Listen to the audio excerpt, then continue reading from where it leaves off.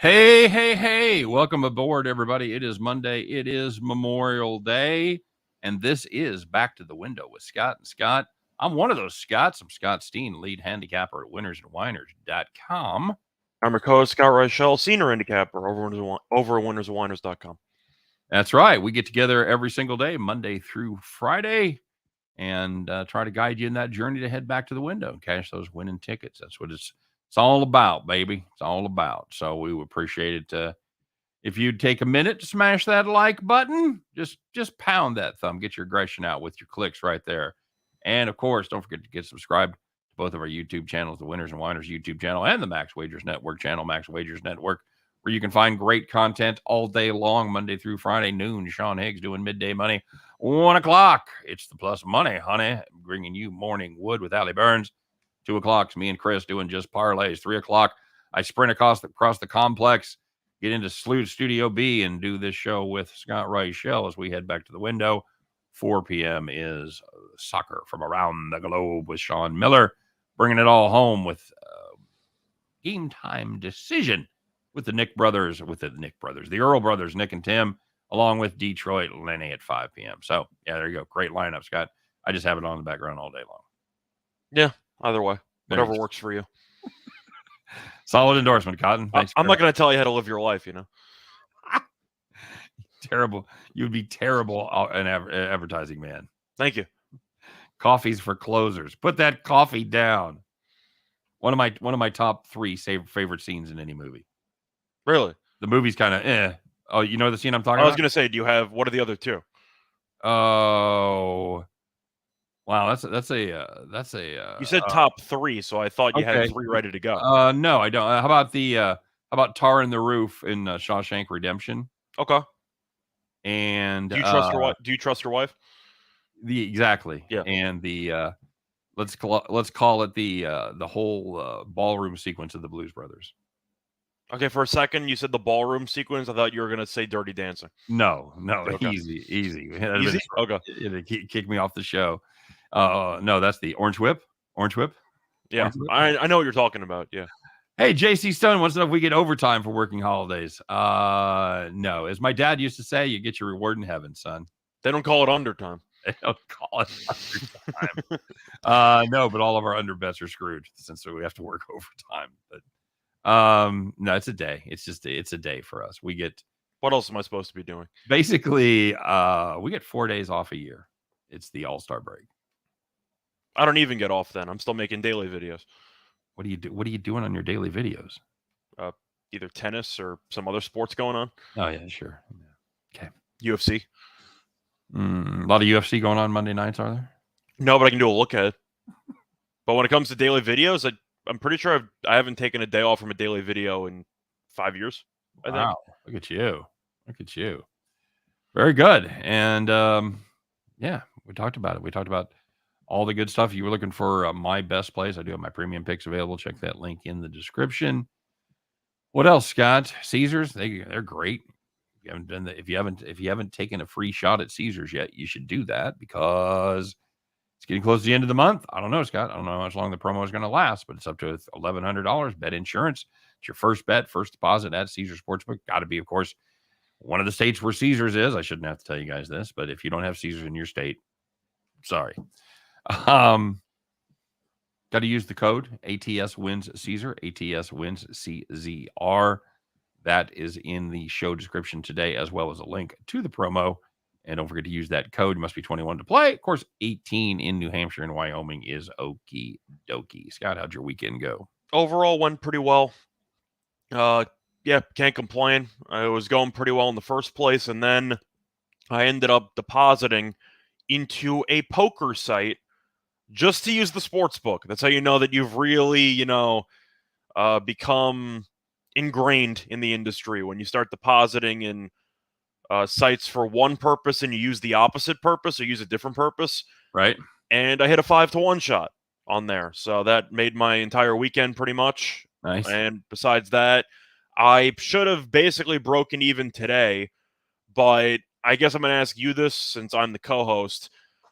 If one potential sports book with some house rules is trying to screw me, but they used to sponsor our show. Can I call them out? Because they don't actively sponsor us, but I don't know if I should because they might in the future.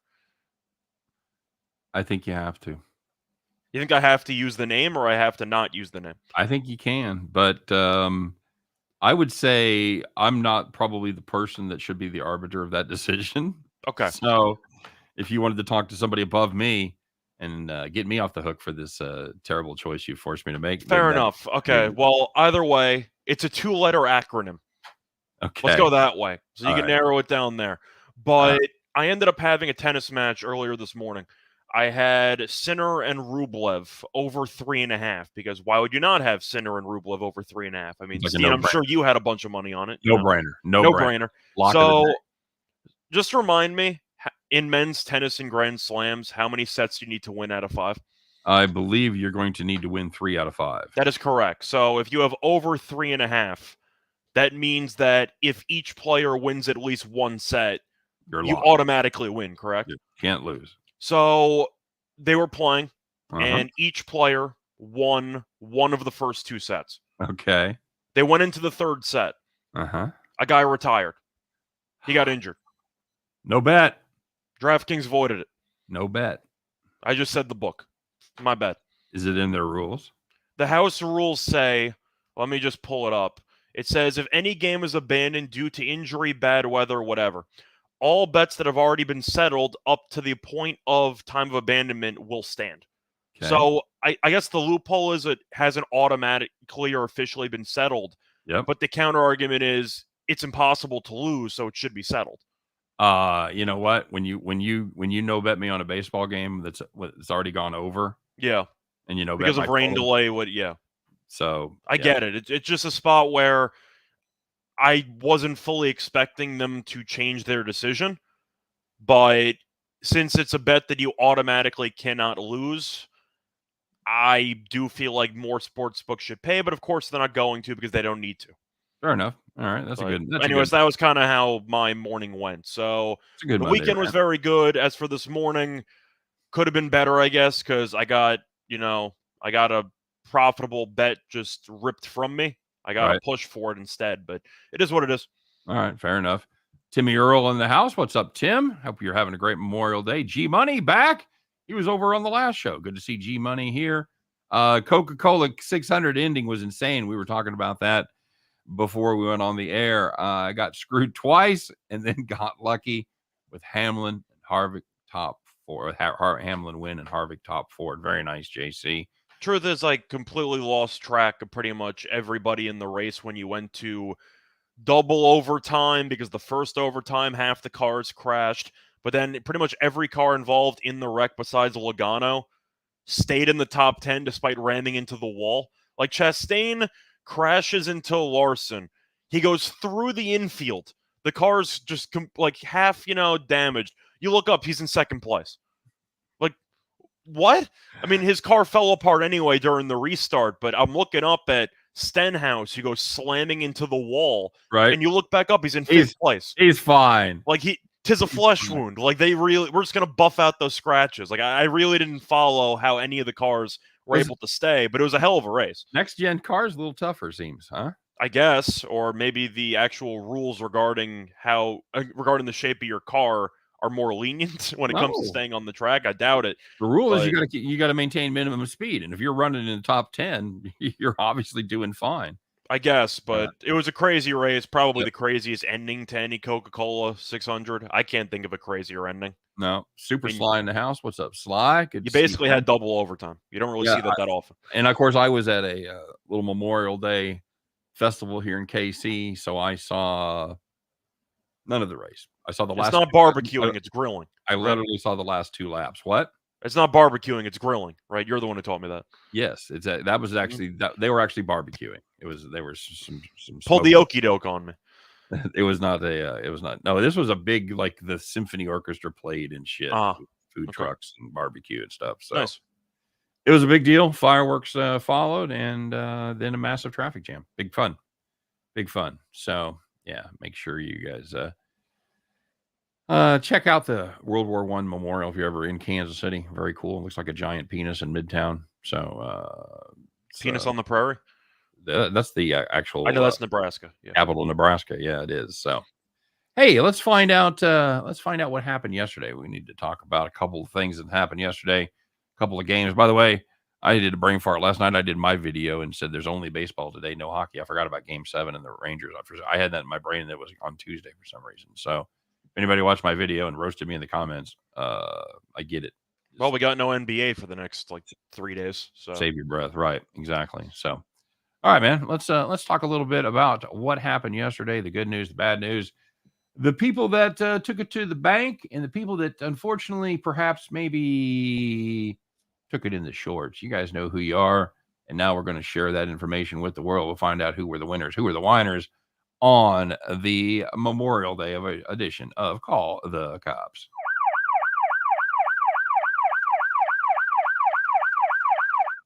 All right, well, we're going to start off in the NBA, and perhaps you saw that game last night, Scott. Maybe you were like me. You had the over. Maybe you didn't get a great number like I did. I had it at 195.5, but maybe you had it at 196.5. Wow, you think that mattered? It certainly did. Celtics Heat over 196.5. All they needed, 40 points, Scott. 157 through 3 at game handicapped absolutely correctly. Need 40 points in the fourth quarter, kids. That's it. Nope, can't get there. 21-18. Struce tried to hit another miracle to put everybody over at the buzzer. Couldn't quite get there. Well, not quite the buzzer, but yeah, couldn't get it home. He made one miracle to get it over 195.5. Couldn't make the second one to get it even further over. That game landed 196. Whew. Whew. If you got down late, 196.5, call the cops. And if you had the under 9 in the Giants-Reds game, you had 2 runs through the first 7 innings. And then you had 8 runs in the final 2 innings. No extra inning bad beats needed because they did it in regular time. So the game landed 10. Horrific beat. And you know what? Let's follow it up with another one, shall we? You had the White Sox and the Cubbies, the battle of the Dan Ryan. If you had that under 8, man, you are a genius. 1 run through the first 8 innings. Let's close it up. Let's go home. I don't know. You want to put up 2 in the bottom? I don't give a fuck. Let's just get your 2-1 winner. Nope. White Sox tied the game in the bottom of the 9th on a wild pitch. We go to extras. Okay, we got a man on second. We got a couple runs. We can afford that. How about 7? 7 more runs. The game landed 9 at 9. You're under 8. That is a distant memory. Call the cops. I skipped a bunch of the bad beats in extra innings because, of course, the Cubs had multi-run leads on several occasions. But right. you get the idea. Yes, absolutely. Well, there was some good news out there. The nice, easy victories that we all strive for. By the way, only one of those premiums, only one of those bad beats was a premium for me. So, yay. But there was some good news, and this is where you want to be. These are the nice, easy victories.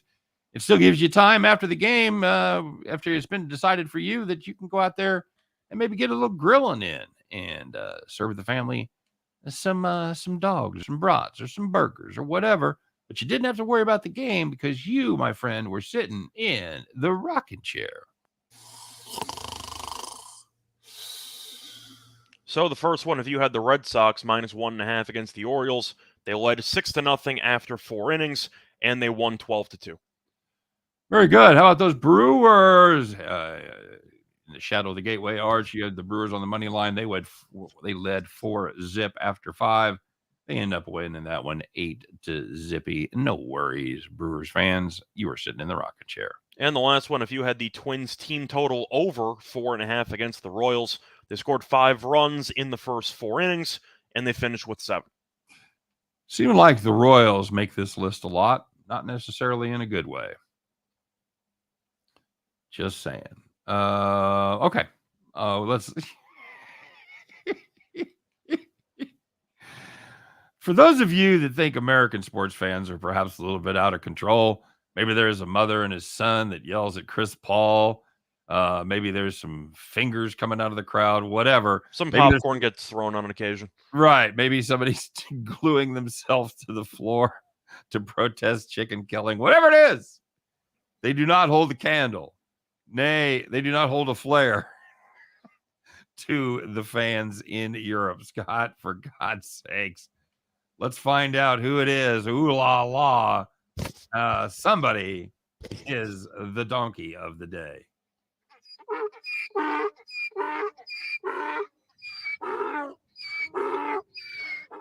All right. Scott, the fans of Saint Etienne, they are not happy about being relegated, are they? Not quite. Tell us what happened when the game was over and it became apparent that they were going to be relegated to the lower division. So, just so people know, they have a relegation playoff. It went to penalty kicks. They lost. But it was in their home stadium. So, the fans responded to the team's lackluster result by storming the pitch. And a lot of them had flares in the building. And they started throwing flares at their own players. And the players sprinted out of the stadium, and there was absolute bedlam. They did not stick around to sign autographs. They did not. I don't know if you can sign flares with pens. I don't know if that works. But chucking flares at your own team's players, that is something I have not heard before. They didn't even do the ring where they run around and give everybody a high five and thank them for coming out for grace. They did not. They did not hand one of the players the mic. They didn't have a brief thank you very much. We're going to get them next year. We'll get them next year. No, they did not do that. But the fans went a bit above and beyond. So I made a tweet about it. There was that time in the NBA playoffs last year. You had the Trae Young spitting incident, which of course is unacceptable. You had the Westbrook popcorn incident. You've had a lot of issues. No flares. Yeah, I was going to say, if you think that U.S. fans have issues, you really don't know what's going on in European soccer matches, or even just soccer matches in general, because Latin America, South America, those fans are crazy too. So walk me through this. You're parking your car, and as we all do at sporting events, you get out of your car and you go through your checklist, make sure you got everything. You got your keys, you got your wallet, you got some money, make sure you got the tickets. Flares. Everybody got a flare? You got to smuggle it though, like in your jean leg into the sock so they don't pat you down for it. There are a lot of flares. What circumstances were they anticipating where they would need flares? Is the point that if they would have avoided relegation, they would have been happy flares? Happy flares. Okay. Happy flares. Now, were they they weren't flare guns, they were like road flares. They weren't shooting at people, but you can chuck them. I've seen that. I watched a documentary on this rivalry, this soccer rivalry. I want to say it was like in Estonia or one of the Eastern European countries, and flares are a regular occurrence there. Like the stadium is smoky and shit. And team buses getting destroyed with people chucking stuff. Like there's a lot of soccer stories where fans are, to be honest, lunatics. You had the situation in Mexico, I think it was Guadalajara, where a couple of months ago, the fans started beating the crap out of each other during the actual match, and like 10 people died. What? Yeah. From fighting? Yeah, in Mexico. What the hell are they started beating the crap out of each other. Like there's videos of it. There's like people with like pools of blood on the floor. Good times. Good times. I'm just saying, it's a crazy situation with soccer fans.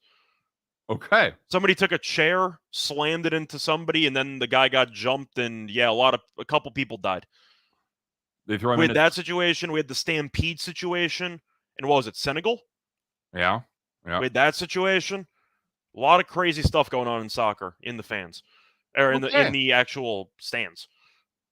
All right, there you go. That's good for them. But it's not good for them. But it's a crazy place. But once again, Calvin mentions the Chris Paul situation with his parents. I get it. Like I'm not saying that any of those domestic fans are in the right.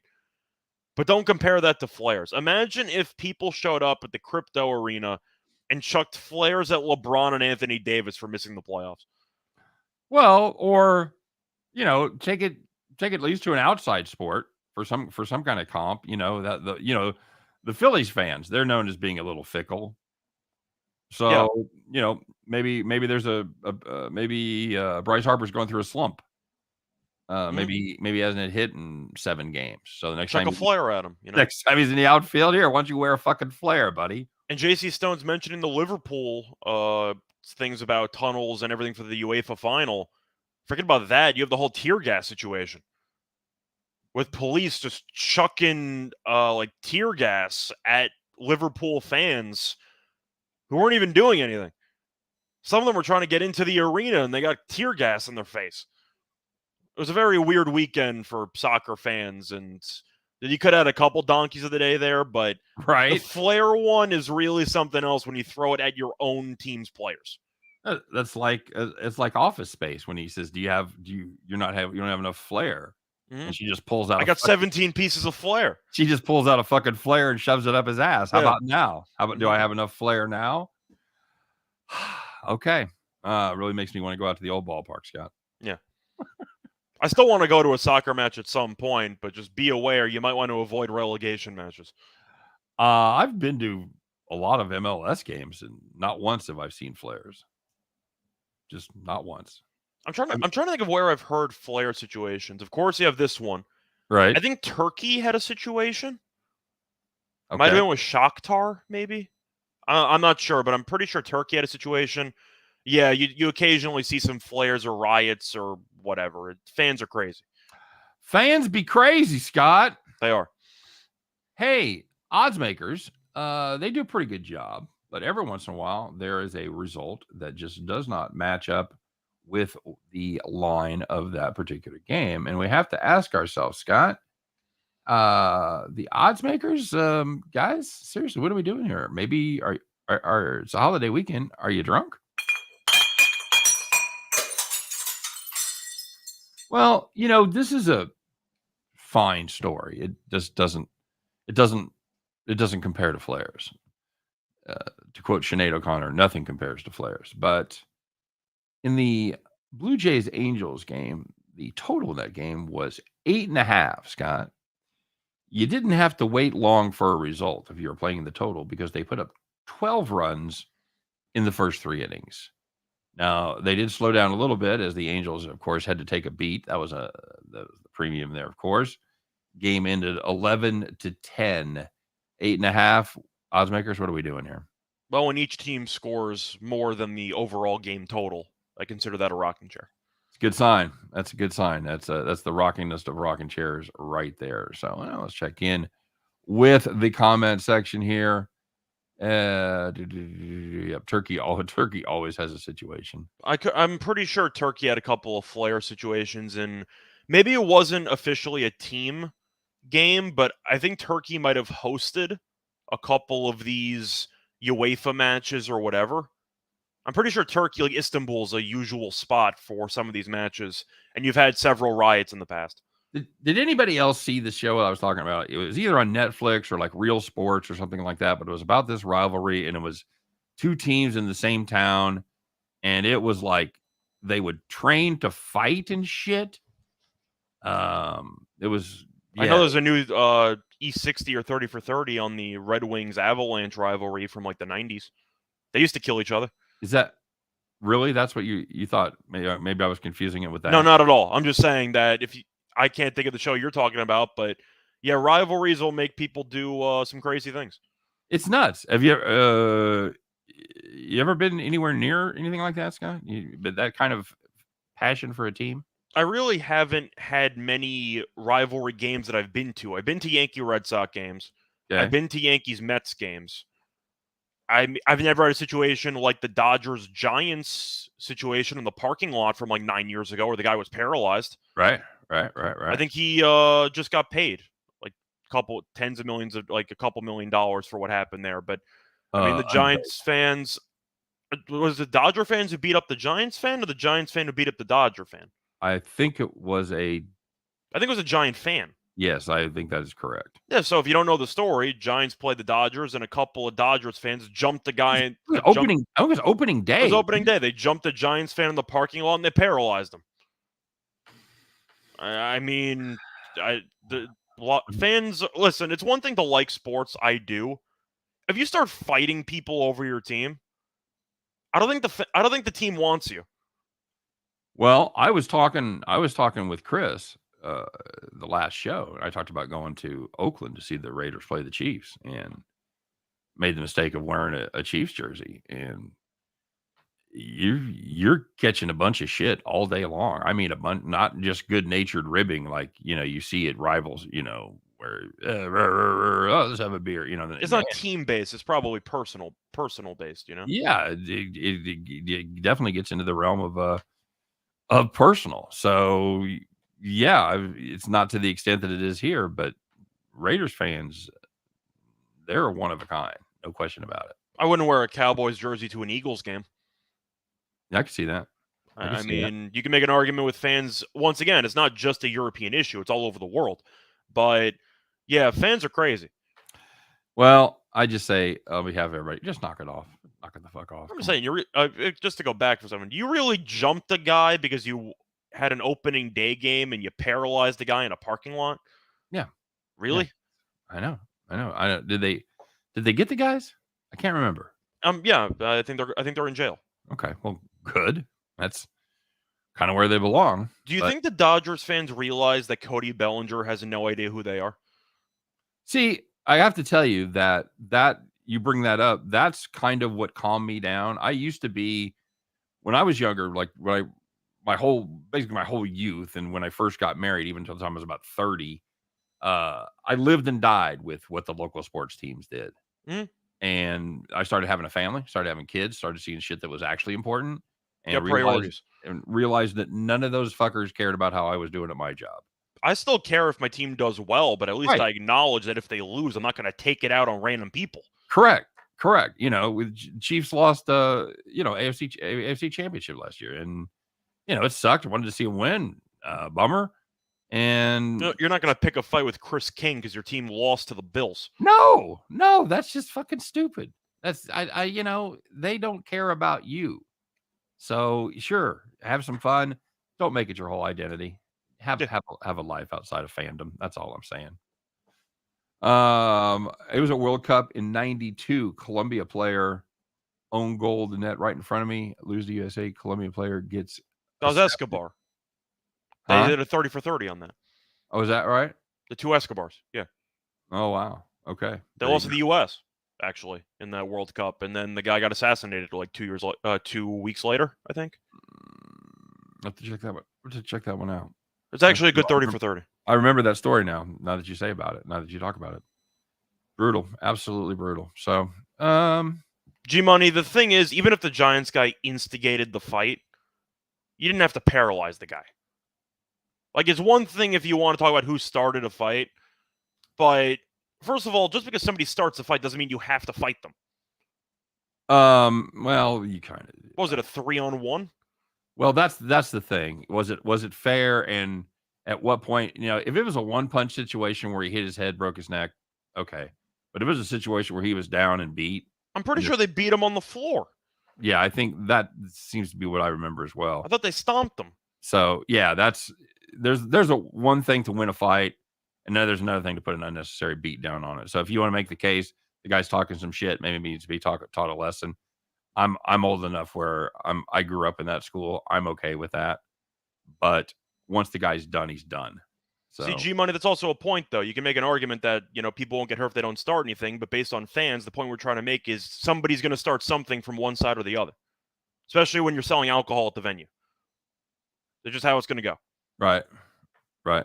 Yep, that's the way it is. Well, I mean, we really need to stop drunk driving. Well, you have bars. So if you serious, though, if you want to actually stop some of these issues with fans at stadiums, maybe you should stop selling alcohol. Yeah. And I know that some baseball or some football football teams will stop selling right around the start of the fourth quarter or the seventh inning, whatever. It is the end of the third quarter at Arrowhead Stadium. I'm just saying, but what do? You spend 3 hours pre-gaming it with a barbecue outside of the game, and then you're absolutely front-loading your drinking before they close the bars. Yep. So by the time they shut it down, people are 9 beers deep, and they're extremely belligerent. Yep. But I don't want to really harp on it. That's just kind of the point I wanted to make. No problem. J.R. Blacks, I've never bet against the Dolphins, but I make money with the Dolphins over and unders. There's no way to stop people from being crazy, but having a bunch of alcohol being accessible definitely doesn't exactly help the situation. Correct. Yep. Money is more important than lives. You nutshelled it right there, my brother. Pretty much. It's absolutely the thought. No question about it. So, all right. Well, I don't know how we got down to this depressing rabbit hole, but I was Well, Flair. we brought in Donkey today for fans. Yeah. Well, it was well deserved too. So throwing flares at your own team is really like a Hall of Fame, like fan ridiculous move. Yeah. Yeah, that's an all-timer. It really is an all-timer. So, by the way, honorable mention for Donkey today was Tommy Pham.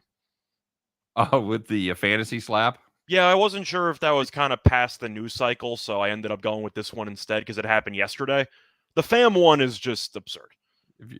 If you don't know the story, they had a dispute about Jock Peterson allegedly trying to stash somebody on the injured reserve for one of their fantasy football weeks. For the record, I've done exactly what Jock Peterson's done in my fantasy league, and it's like accepted practice. Well, if the rules say you can do it, then you should be able to do it. It should be solved by the commissioner. I don't even know if it should be solved by the commissioner. If the actual platform lets you store a player who's ruled out in the IR spot, that's not your problem. The actual software is letting you do it. When they say he's messing with his money, how much do you think they're playing for in that league, Scott? Any idea? Probably a fraction of Pham's overall MLB contract. Probably a fraction of what it cost him to miss 3 games, too. What do you think, 20,000? Yeah, I would think 10, 20 maybe. Probably. Pham's making tens of millions of dollars. I'm sure he'll be fine. I saw that he was missing. He's going to miss, I think, 110 or 105,000. So I'm just going to automatically associate Tommy Pham as being the MLB version of Evander Kane, and that's kind of how I'm just going to look at it at this point. Okay, fair enough. I don't hate that. Absolutely brutal. So got one playoff game tonight, Scott. Carolina's been involved 13 straight games where the home team has won. It's kind of impressive. NHL record, does that continue tonight at minus 150? Is there any value? I'm taking the Rangers. Okay. I'm going to take a shot with them. The issue that I have with Carolina is the fact that even at home, they have not been very good offensively in this series. And Igor's been very good.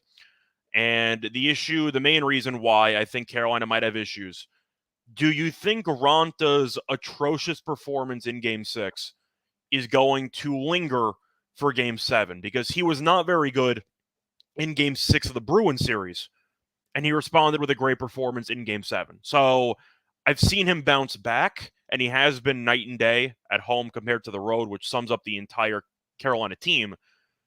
But I think the Rangers can hang around. If you want an actual value bet, I don't mind. I don't mind overtime. I think you might see a very low-scoring game where both teams are going to have some chances, maybe not that high quality, but every game's gone under except for one. I'm not going to overreact to the high-scoring nature of Game 6. I expect another slugfest here. I don't mind 1-1 or 2-2 for exact score if you want to go for some boosts.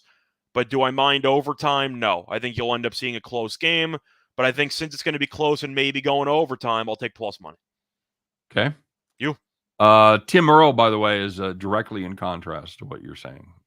Well, 1.5 also could mean a close game. You just pull the goalie and you score with 10 seconds left. So if Carolina wins, they should cover because we've seen teams pull the goalie and we've seen a lot of chaos down the stretch, and the puck line has done very well if you are in a favorable empty net situation.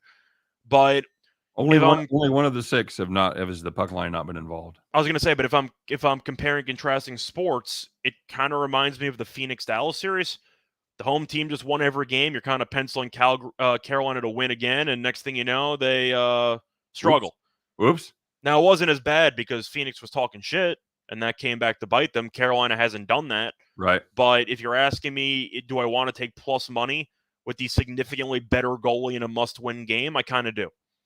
Okay, fair enough. That's legitimate. That's a legitimate theory right there. Once again, I don't mind Tim's play. We're both going for plus money. I mean, we're just looking at where the value lies. I don't think there's any value at minus 150. Chris and I talked about this. The home ice. Is it just a statistical aberration? Is it all about that last line change? Why would a home ice advantage be like that? I have no idea. Okay. I mean, from my entire lifetime, home ice advantage has meant basically nothing. Okay. And it seems like the NHL and the NBA have traded places where home court doesn't mean anything, but home ice now means something, and I'm really just confused. Okay, fair enough. Ninja says Celtics in 6. Celtics win the championship. Prop bet. I might have to hedge my Warriors bet.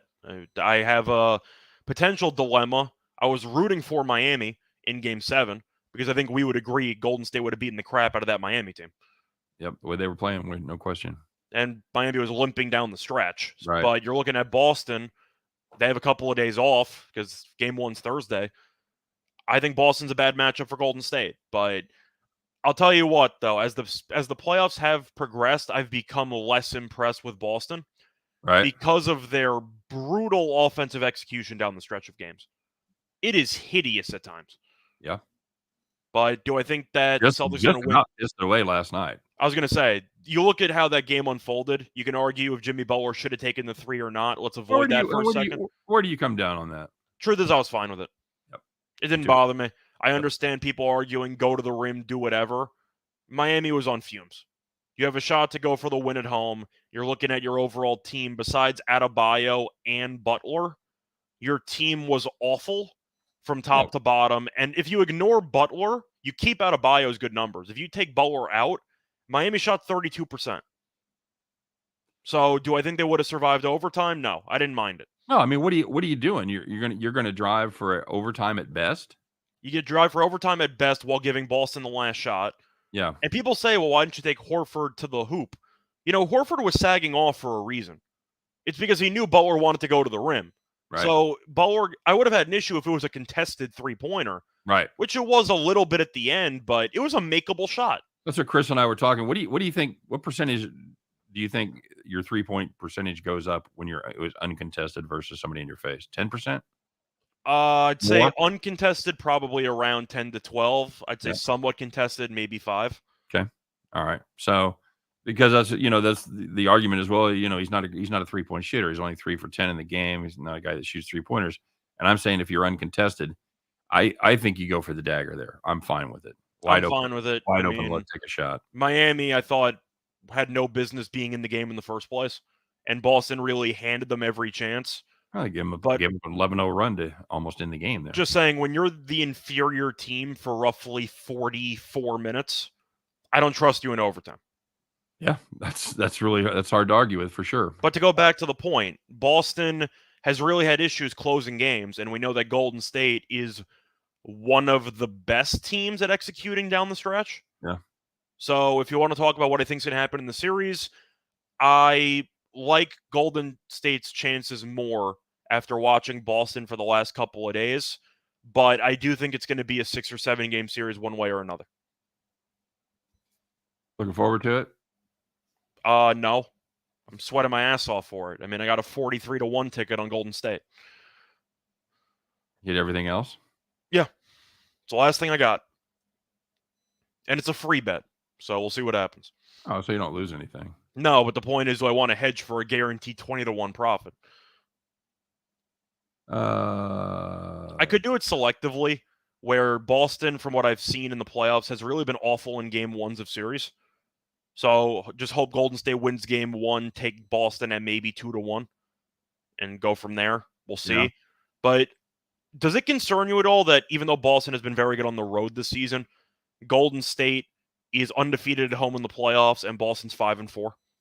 It concerns me if I'm a Boston fan. Yeah, absolutely. Just saying.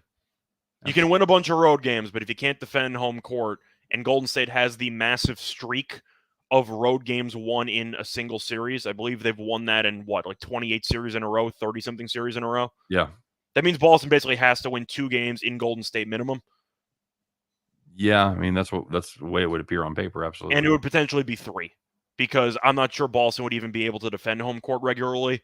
So they might have problems because TD Garden, which is known for being a great home court, has really not been that great for Boston in the playoffs. No, it hasn't. J.R. Black says he's a Heat fan. He's fine with that shot. There you go. I mean, what do you want? You want the one player that carried the entire team on his back to try to win the game. And even if you want to argue, Well, what's the odds of Butler making that shot? 30-something%? Yes. Then you have a 30% chance of going to the NBA Finals. Give me the dagger.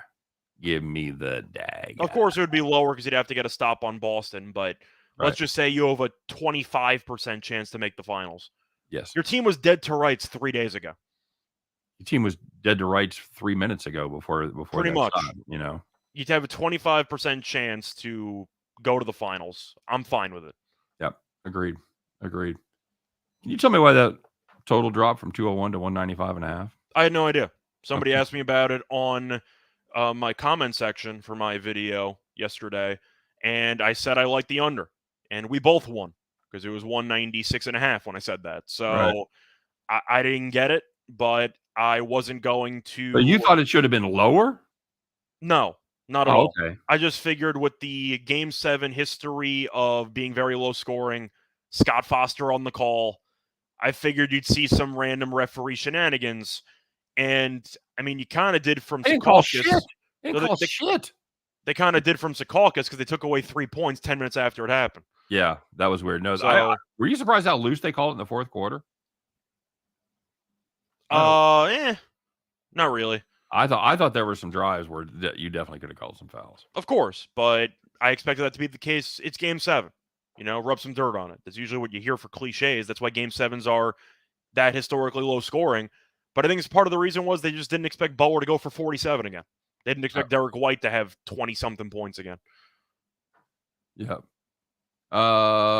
Super Slices, I don't mind Jimmy Buckets taking that shot. What a terrible shot, though, wide left and short. Yeah, it wasn't it didn't rim out. It didn't rim out. It had really no chance of going in based on the form itself. But once again, if you're going to mess up on a shot, that's not really my concern. The concern is, do I think that the shot itself was fine? I do. I did not have a serious issue with it. JC Stone says take a Boston series 4-2 and 4-3. That's if I want to go for a middle. Truth is, I would rather do that after Game 1. But to be honest, I don't really want to find a situation where I could pull a middle myself out of a couple $1,000s. Right. So I'd rather just take the guaranteed profit.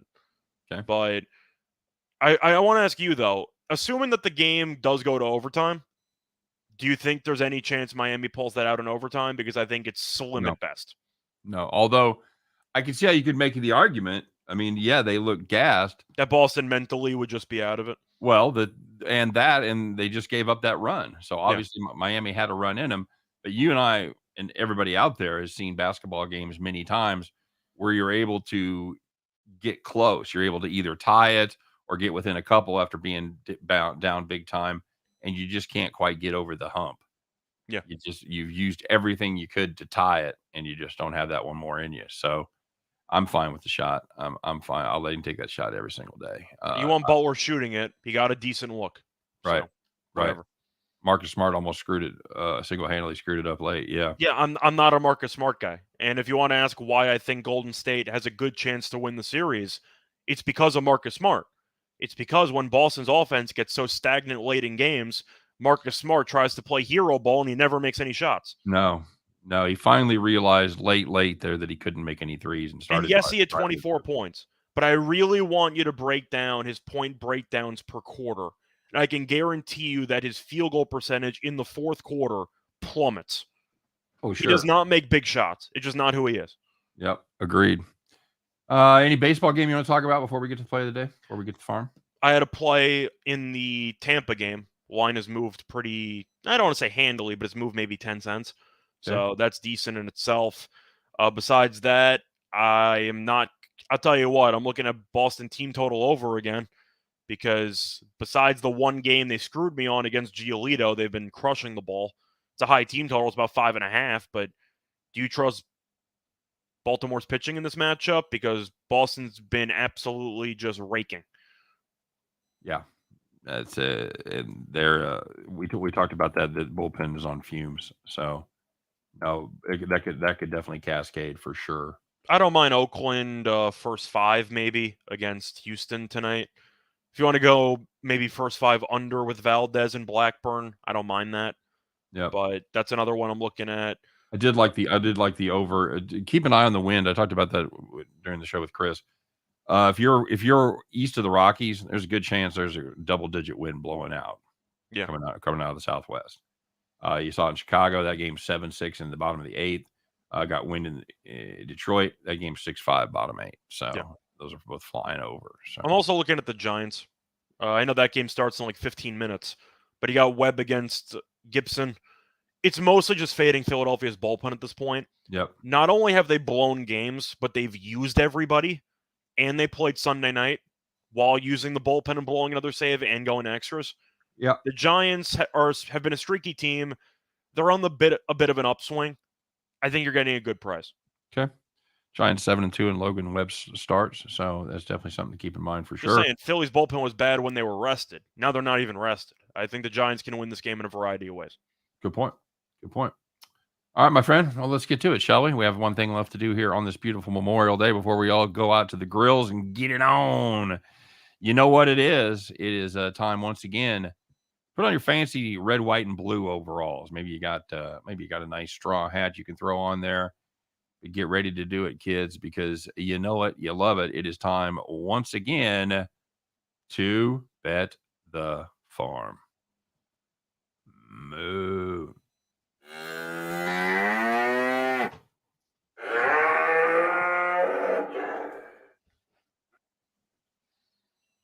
There we go. Happy Memorial Day, everybody. All right. Well, we do have a farm. What we we had the under in the Carolina game. Scott, what happened there? Went over. I mean, I thought you were maybe going to do no, Ronta just sucked. Okay. There was really no way around it. Igor was very good, but Ronta got pulled. They gave up a couple of soft goals, and yeah, we really never had a shot for that one. Well, you know what? Never let it be said that we're quitters, because that game, it didn't go well for us. So what are we going to do today, Scott? Well, we're going to go back to hockey for Game 7. But we're telling Ronta to get lost because we're only focusing on Igor Shesterkin, and we're going to take his save prop over 31.5 at -105. New York has won a decent amount of playoff games, but they've been outshot in virtually all of them. New York has allowed 38.9 shots per game in each of the first 13 playoff games. On top of that, in the last 4 games of this series, Shesterkin has averaged 35.3 saves per game. And if you want some other trends, Carolina has had at least 32 shots on goal in 6 of the 10 meetings. And Carolina has been very active at home recently when it comes to shots on goal, because Carolina has had at least 32 shots on goal in 7 of its last 11 home games. But if this game's going to be somewhat close, which we think it's going to be, we know Igor is one of, if not the best goalie in the league. We think he'll go over because Carolina's been very aggressive offensively, and we think in Game 7 they'll try to pepper a bunch of shots on net. Igor should probably face, what do you think, 35 shots, 36 shots in this game? Got to be right. So we'll go with the over. Yep, absolutely. All right, that's going to do it for the farm. Get yourself down on some hockey. Been a good series, some great hockey series. This one has been no exception. We look forward to grind it out with a bunch of shots on goal. So let's that Rangers defense has definitely left a lot to be desired. They've been outshot by a lot. I don't know if you said it, by the way. Do you have any thoughts on the Game 7 in general? I know we got the farm play, but what do you think? You know what? It's hard to go against the home trend there. I'm just not laying 150. I can't do it. I can't do it on a second string goalie pretty much for the entire year that sucked in their last game. So for me, sorry, Tim Earl, cover your ears. It's Rangers plus money or pass. That's how I'm looking at it. All right. Very good. That's it for the farm. That's it for the show. That's it for your Memorial Day weekend. I hope you guys close it out in fine fashion. Maybe some fireworks, maybe some barbecue, playing with the kids, whatever it is. Go out there and have some fun. Get some vitamin D going through your veins. And then tonight, let's win some ball games. Let's win some money. You guys have a great day. As always, thanks for being part of the show. We appreciate each and every one of you. Good luck. And Scott and I will be back again and do it mañana, 3 p.m. Eastern, 2 p.m. Central, as we do our best to help you guys in that journey to head back to the window. Take care, everybody. We'll see you then.